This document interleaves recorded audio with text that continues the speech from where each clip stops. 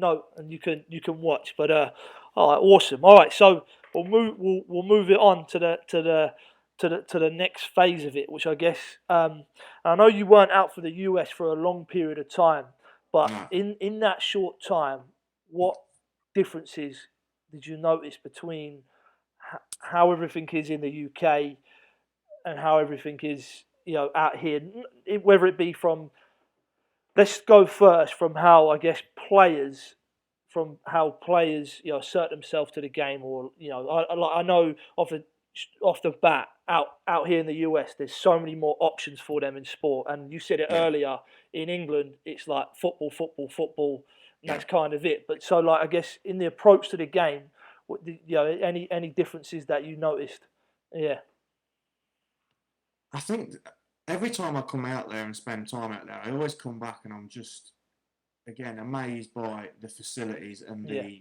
the opportunities there are there for kids. Yeah. I mean, last time I was out was I think it was October. I was out in Arizona Yeah. with a club out there, SC Del Sol. Great club, a lot of English coaches. Like they are a really, really good bunch. Beautiful place, and the facilities they use are just mind blowing. And even you guys, you've got a really, really nice facility. Yeah, we down have. at We're Cape blessed. and I always come back thinking, wow, if only the English kids had the facilities out there that the US kids have got. Yeah. I mean, Joel will know that as well. Like where you're from, like you're pretty much the same sort of like where I am. There's just nothing. No nice field. It's all just like grass bubbles. Yeah. Yeah.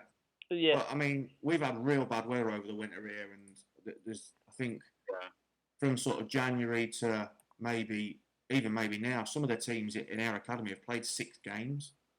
Yeah. Because they just called off because of the lack of facilities. Yeah, it's definitely a problem.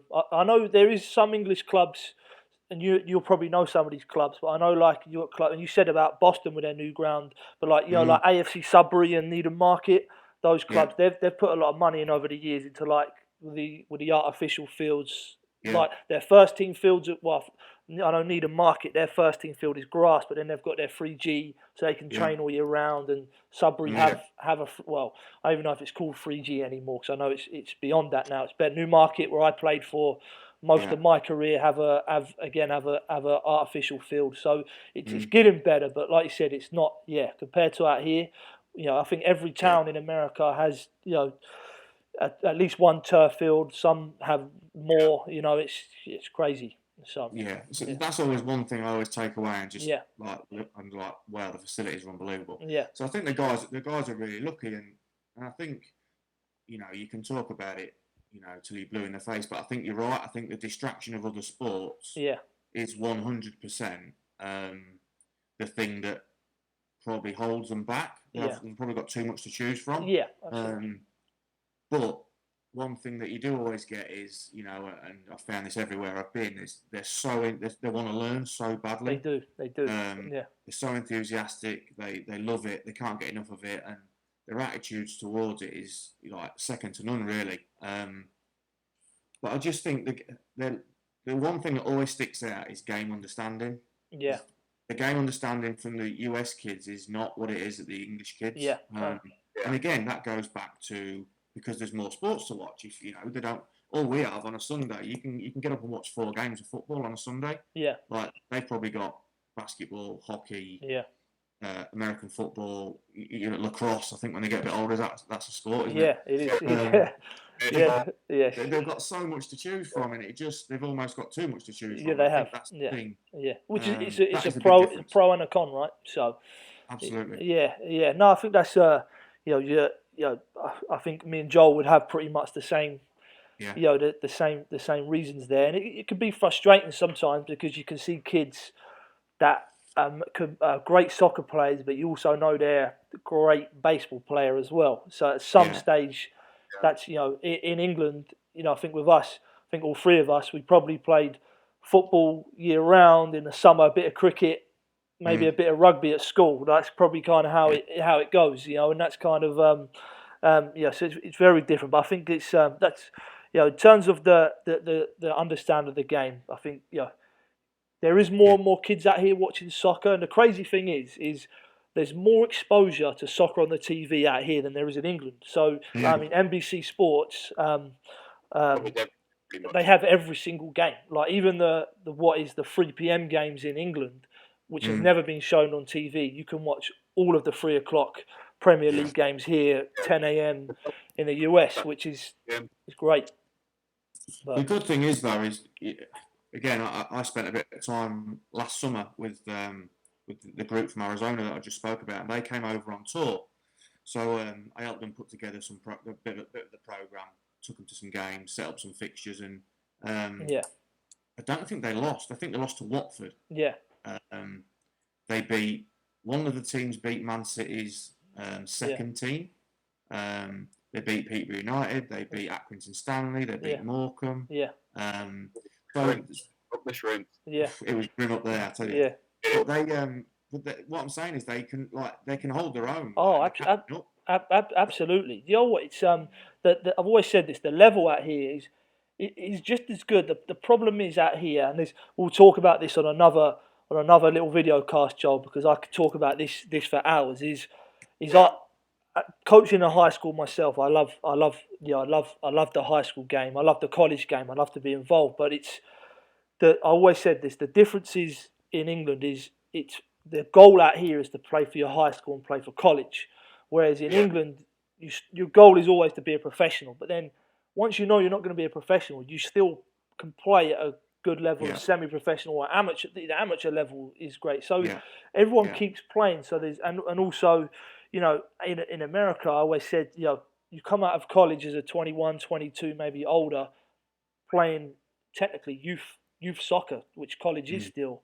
Whereas I'm sure we all did it. We probably all played our first men's game at the age of 16, playing against mid-20, late 30-year-old men. And I think that's where the game can become different with regards to that development changes somewhat. But, you know, one, you get the multi-sports at a young age, but then the focus is very different because kids out here want to play high school and college. Understandably, college. My brother's here with me at the moment. He plays at a college in California, loves it. And again, I love the idea of it, but it's so different to England, and I definitely think that there's something to be said there. Why maybe the level changes a little bit as kids get older, mainly purely down to what the incentives are for the player as opposed to the level. But yeah, it's an interesting topic, and there's a lot of things, but we'll do on that another time. But yeah, interesting stuff. I'll throw this one at you, Mark. Again, difference between US and UK.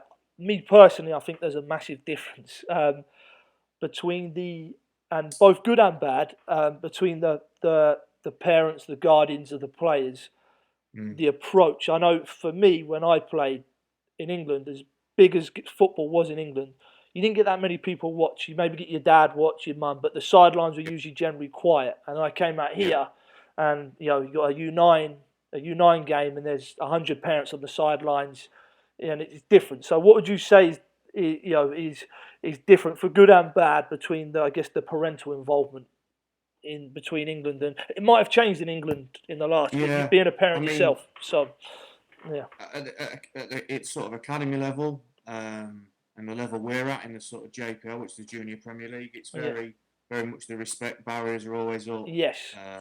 Encouragement is obviously acceptable. Yeah.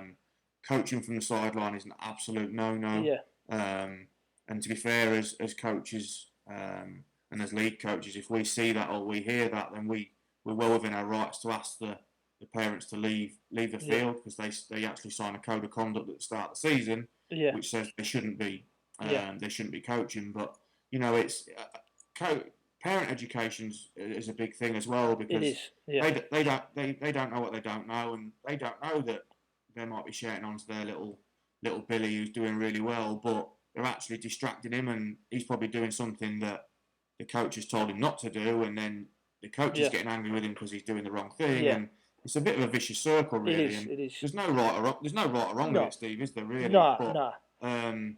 You know, the parents are actually giving you their trust in their child, absolutely. So let you do the job. That's what I would say is let you do the job that you're supposed to be doing. I mean, I had this discussion in the summer, and this guy who I was talking to was an American guy, he was a surgeon, and And I said to him, I said, look, I said, how would you feel if I came into the theatre and told you that you were doing a knee operation wrong? And he went, Yeah. well, you wouldn't. I went, no, I wouldn't. I said, so why do you think it would be all right to question what I'm trying to do? Yeah. And he didn't take offence to it. He Yeah. took it for what it was. But Yeah. that's the easiest way I could try and get it across that made it more understandable for him. And he sort of sat back and he went, well, I never thought of it like that. Yeah, no, It's exactly the same. It's a great it is. I think a lot of it, and just a lot of it, and at the end of the day, any youth sports in any country don't happen without the parents and the support and dedication they give. So so much respect goes out to all the parents who are committed to the game. But I think it's probably more the emotions of the game, right, that get parents and coaches. It's not like coaches can get emotional as well. But I think when the emotions of the game take over, I think that's when things can spiral and It's also actually educating the players as well as the coaches, and also a lot about the coaches and the parents that if you want your child to get better and your team to improve, and there's going to be learning periods where things aren't going great because they've got to make the mistakes to get it right next time. Yeah. Now, if you're working through a certain topic with a group and they're struggling with it and they're trying to put it into practice on game day and they're not doing very well, they might lose a couple of games or draw a couple of games. Yeah. But longer term, in 3-4 years' time, when they've mastered that, they're mastering something else. Yeah. It's like little building blocks, isn't it? You've got to fail at something or struggle with something to get better at it. Now, you can't. What you can't have is win at all costs, and that's, I think, sometimes where the problems lie. Is parents or coaches. We ourselves as coaches. The first question is, how did you get on? It was never who played well or who was good, who did this, did the things that you worked on in the week come out. It's always how did you get on? Yeah, I know. I feel myself saying that sometimes. I always. Joel probably knows, and coaches probably hate me for it, but I always, most days after, especially during the seasons, I always call each coach after practices or on a game day, mainly to see how everything went and stuff. But you always ask the question, if it was on a game, how'd you do? And it's like, until afterwards, you don't process really, or actually what does that mean? You know what I mean? Or did you ask the right questions? And it's definitely an interesting topic, the whole thing of. Yeah, but you're right what you said about the parents, Steve. Is like it wouldn't happen without the parents. No, it wouldn't. No, it wouldn't. Nah. But they also need to realise that they have the biggest impact on the child. Yes. As probably secondary to the coach, because who's the last voice they hear when they get out of the car? It's mum or dad. Yeah. And whose voice do they hear when they're talking on the way home? It's mum and dad. And it's always going to be conversations. How did you think you did? And that was a good game. Blah. So they have a huge impact. So they really have to buy into what you're doing as a club and as a coach and reinforce it to their kids as much as they possibly can to try and help the learning. Because, the last thing you want is you're trying to coach one thing and they're going home in the car and mum or dad doesn't agree with it. And, it just mixed messages. I think it's really important to have everybody on the same page. I agree. I know one thing that one of our coaches who used to run for Yes Soccer with Tom Butler, he does a thing with his parents where he likes to keep the statistics of all the kids, and it was based on the topic they were working in a practice this week, whether it was how many times they receive on their back foot and turn out and play stuff like that, and the parents had their own game form, so during the game they keep their own kids' information and then upload it, so that way you're keeping them engaged in the game and they know the topic what they're working on. I know I've never been able to implement that. It's just sometimes time and being able and resources, but I know I know that always worked out great for him. I'm not sure if he still does it because this was a while ago, but I'm sure he still does. But good idea. It is. I think any engagement, it's tough. I mean, you definitely can't be that. If you try and come across as that authoritative figure, it's my way or the highway. You don't say this. It's never good. You got to build that relationship with parents. You can't so that they respect you, they understand what you're doing. And there's always going to be those moments where where you have to have difficult conversations, whatever. But it's I think all round it's a positive, and I think at the end of the day, majority of the time when parents do maybe cross the line in terms of what instructions they're giving to kids, they're doing it for the right reasons at heart, sometimes it doesn't come out the Absolutely. right way. Yeah. Is probably the Absolutely. yeah. But well, that was it. Yeah. All right. Well, we'll move on to the last couple of pieces. We're nearly into 45 minutes, so what we'll do is we'll wrap into the last two questions, and then we'll do a little quick fire. Yeah. So I guess and I'm sure, I know everything we've talked about so far, and we could talk for a lot longer as well.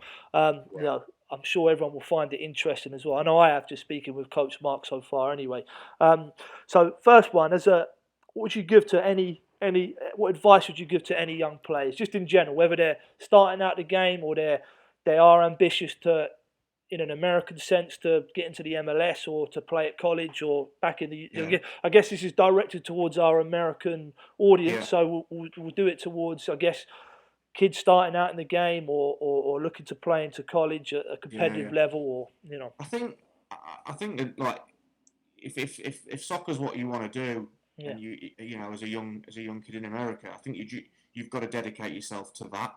Yeah. And I think, like, just practice as much as possible. You know, when we was kids, I had a brick wall, and my old man used to say to me, "Go and kick it up the wall and practice. You passing, you control, you touch." Yeah. But now that they've got so many tools available to them to improve, and like we said, without a doubt, the soccer in the US is catching up. Absolutely. I have no doubt that it will overtake eventually. Yeah. But I just think they need to focus. They need to work hard. They need to put the Xbox controller or PlayStation controller down, get outside and get a ball, and just make yourself the best you can be. Yeah. And take it seriously. I mean, you know, you could even go into the nutritional side of it and the eating right and the mentality. You know, you could be here all night, but I think if they really want to do it, they need to focus, like really focus and dedicate themselves to it, and have that desire to want to go and be the best they can be every time they turn up. Yeah. And you know, they get so much training and other opportunities that, like, it's all the tools are there laid out for them to go and be successful. It's just whether they dedicate themselves to it. That's what I think. So if that's what they want to do, really dedicate yourself to it. Yeah, I agree. And obviously, they got to enjoy it as well, right? Again, absolutely. There's all right. So, to any of our young aspiring coaches out there, what advice? I would say, I know you've already touched on it about diving in with 2 feet and being confident, which they're two massive things hurdles to overcome for some coaches. So yeah. I would say listen, learn, watch as many other coaches as possible, talk to people, and just be annoying, pick people's brain, ask them questions, be open to constructive criticism, and use that as a positive, because sometimes you find a lot of younger, newish coaches are pretty stubborn, and until you actually open your mind and figure out that your way's not the only way, you're always going to be like that. And I think the sooner you can use things as a positive and try and learn from mistakes or criticism, I think you're going to be a better coach for it. No. So I would say, again, massive thing would be watch, learn and listen, and ask loads of questions. No, it's funny. You just used the term. You used the learn from criticism, or I used to struggle with that. Like, as a coach and a player, I didn't like people. Yeah. I used to be inspired by, like, leaders who were just like dominant, but and there's all my coaching and playing traits came from leaders that I had when I was younger. That whether they were assertive with me or whether they were arm around the shoulder, that's how I've kind of molded myself. I was never great though when I had educators that were critical, even though they were doing it the right way. And I think I've definitely learned to take on criticism. I think a lot of young people probably struggle with that, but I know it's definitely you've got, as long as it's done in the right manner, you've got to learn to take it on board. It's a big thing at the moment over here is like self-reflection, reflecting on your session. Course, what would I do differently if I did it again? What went well? What didn't go so well? And I think if you can learn to be critical of yourself, then I think, and reflect on your own sessions yourself and your games, then if other people do chuck anything your way, you're like, yeah, fair enough. You might actually go up, cover it yourself. Do you know what I mean?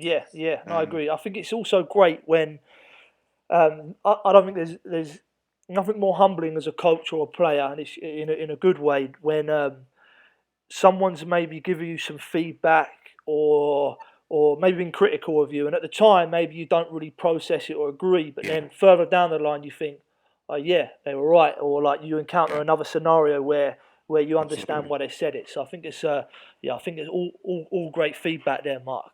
All right. So what we'll do is then to wrap it up, Mark. So I think we'll do a little quick fire, kind of 1 or 2 words, just like best players, stuff like that. You can elaborate a little bit, just for the younger players, because they all want to know who your favourite players is and stuff like that. Yeah. So, all right. So here's what we'll do. I know Joel, you had some. I think I can remember them, but if I forget, Joel, just shout them out. So I guess we'll go for the obvious first, Mark. Favourite player of all time. Actually, no. You know what? We'll go favourite player of the past, who's not currently playing first. Not many people would remember this guy, but Roberto Baggio. Yes, Italian forward, right? Yeah, Italian forward. Yeah. When I played for Juventus, when I grew up, the Gazzetta on the Channel 4 yes, was always yes, on. yeah, it was Channel 4. Used to get all the Italian games, and I used to watch him. And I always would pick him out because his boots were bright. He had black with a yellow stripe on him, on his Diodora boots. And I just loved him. Top player. He was one of my favourite players. Maybe I know Coach Joel did a link in our Instagram bio. He did a little, because we talked about the Brazilian Ronaldo, which a lot of players might not know. Yeah. He did it. Maybe we'll do one for them. Roberto Baggio free kicks used to be that little computer game. Used to play at school and stuff. But all right, so best current player who's playing right now. That's a tough one. Yeah. I like Raheem Sterling a lot. Yeah. And I also like Kevin De Bruyne at the moment. They're 2 standouts for me at the minute. I think Sterling's been consistent for 2 or 3 seasons, and he's added goals to his game. He's just, at times, he's unplayable in the English Prem. Yeah, fair play. Yeah, we had a question on the Instagram, best midfielder currently in the Premier League, so De Bruyne. I think De Bruyne would get that. I think it's close. It depends what you're looking for, but he does a bit of everything. Creates, scores. Love that. Yeah, I'd say currently you could argue Bruno Fernandes at United. Yeah, controversial, but yeah, I agree with that at the moment. To be fair, he's turned him around. 5 to 10 games, but De Bruyne consistently at that level. Yeah, absolutely. Yeah, not only that, with De Bruyne to be kind of like, and as a Chelsea fan, to be kind of let go of Chelsea, almost dropped down. Well, say dropped down. He's still playing in the Bundesliga. Was it for Wolfsburg he was playing for? Yeah. Who obviously probably a mid-tier German league, and then to come to City and dominate to one of the best players in the world, similar to Mo Salah. But fair play to him. But all right, best I guess coach or manager or who's inspired you like in the pro game, past or present? Well, that's a good question, that, Steve. Yeah. I think as a Man United fan, Ferguson is like, I think there's not going to be many more of him around. No, there's not. Legend. Because I think he had the skill set to be able to adapt with the times and move with the times. I don't think he wasn't stubborn enough to think, well, because I find Mourinho quite stubborn. Yeah. I think it's his way or no way. And I think that's probably been, not saying he's downfall because he's been obviously unbelievably successful, but he's very stubborn with the way he plays and the way he sets up. Whereas I think Fergie was huge on man management and he just rolled with the times. And you think of some of the players that he managed in his time, and you probably, you even just look at David Beckham, like what personality that is to try and manage as a man manager, as an individual. Yeah. And just to be able to put that all with 11 players and do what he did and consistently do it over time, I think Fergie's a massive inspiration. Yeah. But I like Jurgen Klopp now. I think he's really energetic, enthusiastic. Yeah. And he's like that shows in his team. So they're probably 2 at the minute. You know what? It's funny. They're two very different managers with regards to on the field. Like Jurgen Klopp's very hands-on as a coach. Ferguson was more of a dictator, right? But both commentates. Both have fantastic man management skills. Like you can tell the relationships they have with every player is like goes such a long way. They run through a brick wall from, wouldn't they? They love them. I think you're 9/10 of the way there if you've got that the big buy-in from the players. I agree. All right, what best memory as a player? Ooh. Yeah, like we can do. Let's do best memory as a player yourself, like when you played first. So when I was younger, played in the youth team at Grimsby Town. Who at the time were in the Championship, was lucky enough to play against Arsenal in the FA Youth Cup. Yeah. Ashley Cole was playing. Oh, Obviously went on a big career at Arsenal, Yes. Chelsea, LA Galaxy as well. Yes, LA Galaxy. We actually lost 5-3. He scored a hat trick from left back. Yeah. Unbelievable. Yeah. So yeah, as a player to play against, he was unbelievable, Awesome. and to have that opportunity to play against them was great. Yeah. And then we actually played Middlesbrough the year after. We took them to a replay and played at the Riverside, which was really new at the time. So the stadium was unbelievable, awesome. state of the art. The changing rooms were just. It was more interesting walking around the change rooms, to be fair, than it was playing the game. Yeah, no, that's quality. So that was good. That's cool. quality. All right, so then I guess favourite memory as a spectator, whether it be as a coach or on your Man United fan, maybe it was like one of the games when they won the treble, whatever, could be. Yeah, I was talking to someone about this the other day, and in that treble season, I think United played Juventus away, and I think they were 1-0 down, 2-0 down. Came back and won 3-2 on the night. I think. Yeah. Keane and Scholes got booked, which took them out of the final. I remember that. Yeah. I remember watching that game, and it was as a Man United fan to see the game the way it unfolded was pretty special. That's quality. But that's quality. Yeah, probably that. All right, last one. Unless was there any more, Joel? We had favourite team as well. Oh, favourite team. Yeah, obviously. Yeah. Yeah, I'd say Man United. Man United. Yeah. Well, do you know what? I love watching Man City. I love watching Liverpool, especially Liverpool. Yeah. I do like the foreign title. I like Real Madrid. I like watching Barcelona. Yeah. Bayern Munich. Pretty much anything really. I'll watch anything. Yeah, that's quality. Yeah. That's cool. All right, last one. In one word, describe your experience with Shelton FC when you came about 2 years ago. Memorable. No. Describe your experience. Memorable. Oh, right. Memorable. I like that. Yeah. I had you know yourself. Yeah, I'm not going to go into it, but I had a bad experience about 4 or 5 months before. Of course. And not with Shelton, by the way. I was talking to someone today about it, and I can honestly say, from the minute I turned up, from that first day to the last day, the people were unbelievably nice, unbelievably welcoming, and that made the whole experience really worthwhile. And it actually reaffirmed my thoughts that I definitely want to coach and live out in the US. That's quality.